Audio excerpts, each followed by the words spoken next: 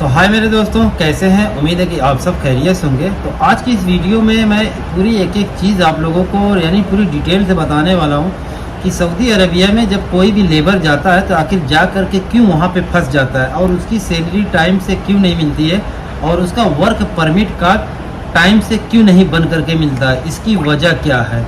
और जब Saudi Arabia लोग जाने के लिए 1.5 लाख रुपया देते हैं, क्या 1.5 लाख रुपया देना सही है या गलत है, तो पूरी एक एक चीज़ आप लोगों को इस वीडियो में बताऊंगा। तो वीडियो पूरी लास्ट तक देखें और जो भाई चैनल पे नए हैं तो चैनल को सब्सक्राइब कर लीजिए।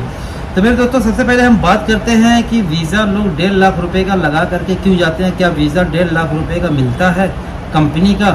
तो मेरे दोस्तों देखिए, कंपनी का जो वीज़ा होता है ना, ये ऑफिस पे आता है, ये फ्री कॉस्ट होता है। हालांकि इसका चार्ज होता है 2000 रियाल लगता है। वहाँ की हुकूमत जो है 2000 रुपये वीज़े का चार्ज करती है।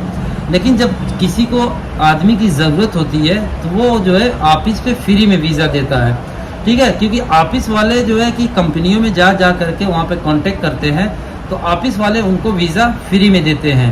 और जब वीज़ा फ्री में देते हैं, ऑफिस पे वीज़ा आता है, तो मान लीजिए कि किसी भी कैटेगरी का वीज़ा आया तो कंपनी कभी भी 1-2 वीज़ा नहीं निकालती है। वो जब भी निकालती है तो 50 वीज़ा 100 वीज़ा ऐसे निकालती है, क्योंकि बड़ी बड़ी कंपनियां होती है।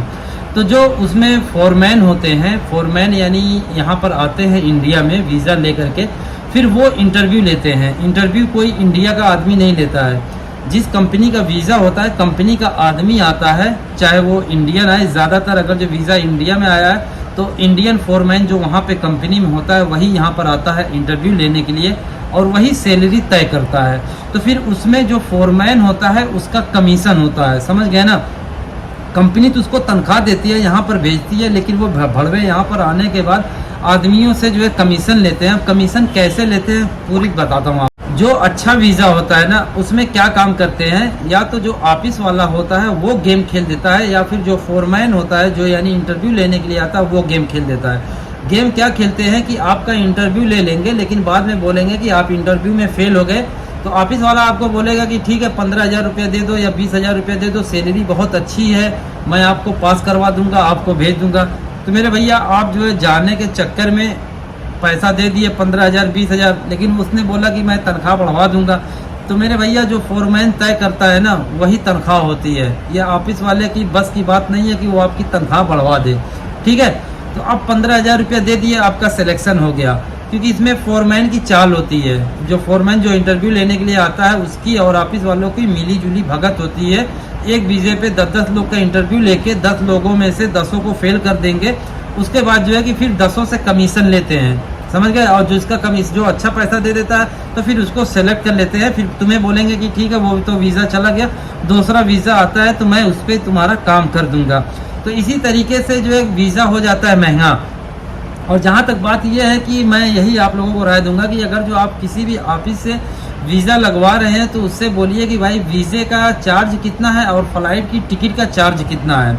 अगर जो मान लीजिए वो बोला कि वीज़ा 80,000 रुपये का है और टिकट के साथ हम देंगे तो 90,000 रुपये का देंगे, तब तो आप ले लीजिए।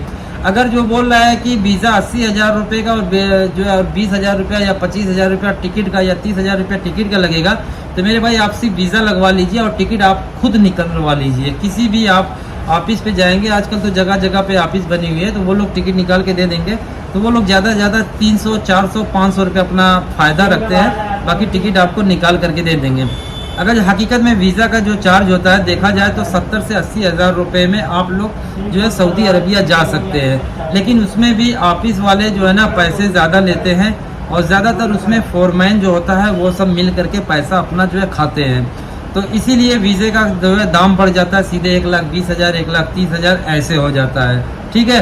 तो ये हो गया गोलमाल वीज़े का।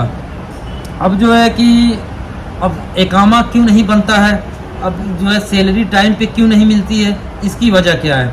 अब देखिए मेरे भैया, अगर जो मान लीजिए कि कोई छोटी कंपनी है, तो छोटी कंपनी में क्या होता है कि सऊदी अरबिया का सिस्टम क्या होता है, जब कोई मुअस्ससा खोलता है, अरबी में मुअस्ससा कहते हैं, कंपनी अपनी ज़बान में पकड़ लीजिए, तो जब वो मुअस्ससा खोलता है तो उसमें 4 आदमी अगर जो हैं तो उनका इकामा सस्ता बनता है। अगर 5 आदमी हो गया तो फिर 1 आदमी का इकामा महंगा बनेगा, 4 का सस्ता बनेगा।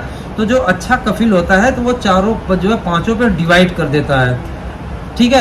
अगर जो 5 की बजाय उसने अपनी ऑफिस का 15 वीज़ा निकाल लिया या 10 वीज़ा निकाल लिया, उसने यहाँ पर भेज दिया, एक वीज़े का 2000 रियाल दाम है, उसने ऑफिस वाले को 4000 रियाल में वीज़ा बेच दिया, तो 2000 रियाल सऊदी कमा लिया वीज़े के ऊपर। 4000 का मतलब जो है कि इंडिया का 80,000 रुपया हो गया। फिर यहाँ पे 20-25 हज़ार रुपया ऑफिस वाला कमा लिया, तो उसमें मिला जुला कर 1.5 लाख रुपये तक पहुँच जाते हैं। लेकिन जब आप सऊदी अरबिया में जाते हैं तो फिर आपका इकामा जल्दी बनता नहीं है, बनता भी है तो ज़्यादा से ज़्यादा आपका 3 महीने का लोग बना करके देते हैं।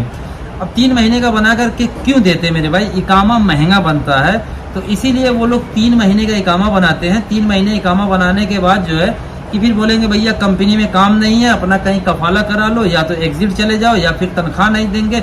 जानबूझ करके वो लोग तनख्वाह टाइम से नहीं देते हैं कि जब तनख्वाह नहीं देंगे तो ये बंदा हरकत करेगा।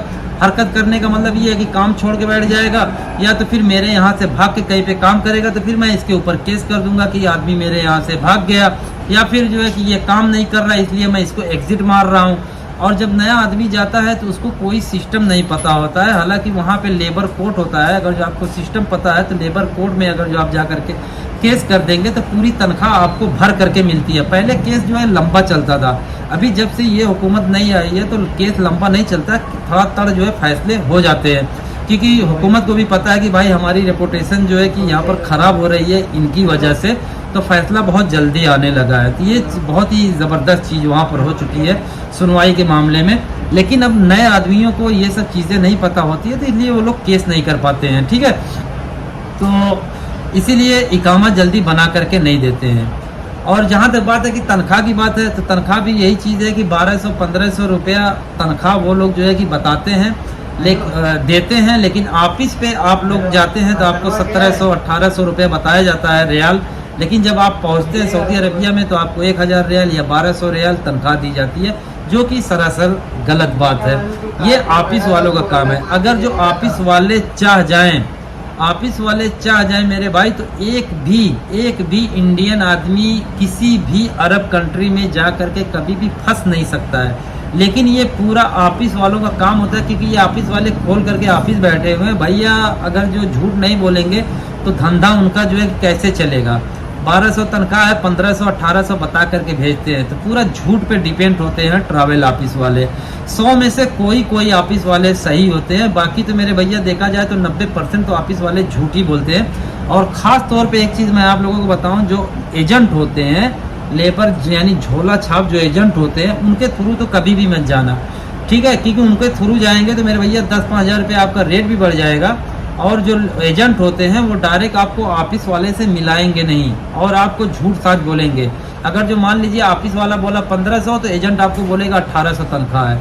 तो कभी भी ऑफिस पे जाएं तो आप डायरेक्ट जाएं। अब वैकेंसी आप बोलेंगे कि भैया हमको ऑफिस नहीं पता है, तो मेरे भैया देखिए दुनिया भर का पेपर आउट होता है कि कौन से कंट्री की कितनी वैकेंसी है, कौन से कैटेगरी की है, सब पेपर में आउट होता है। तो आप पेपर में पढ़िए, उस पर ऑफिस का नंबर होता है, एड्रेस होता है, डायरेक्ट वहाँ पर उनके ऑफिस पे जाइए, अपनी CV जमा करिए, तो आपका काम आसानी से हो जाएगा। लेकिन जो है कि मेरे भैया झोला छाप एजेंट को मत पकड़िए, ठीक है।